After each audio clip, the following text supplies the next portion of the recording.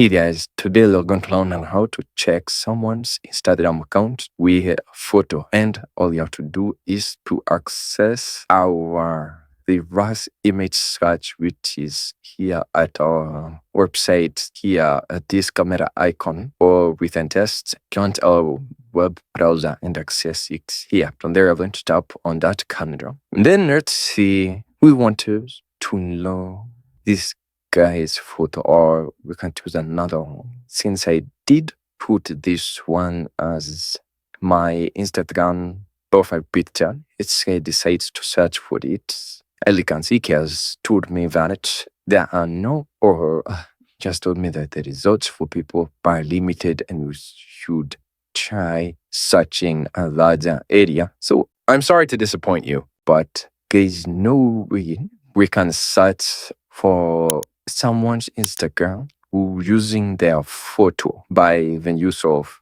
their profile picture, in which we did try to either take a screenshot or download it. And Google Docs index a bunch of Instagram account, especially if it's a public person like an actor. Like if I tried to search for this person, as you can see, even if I didn't even crop their faces, it already gave me the person's name.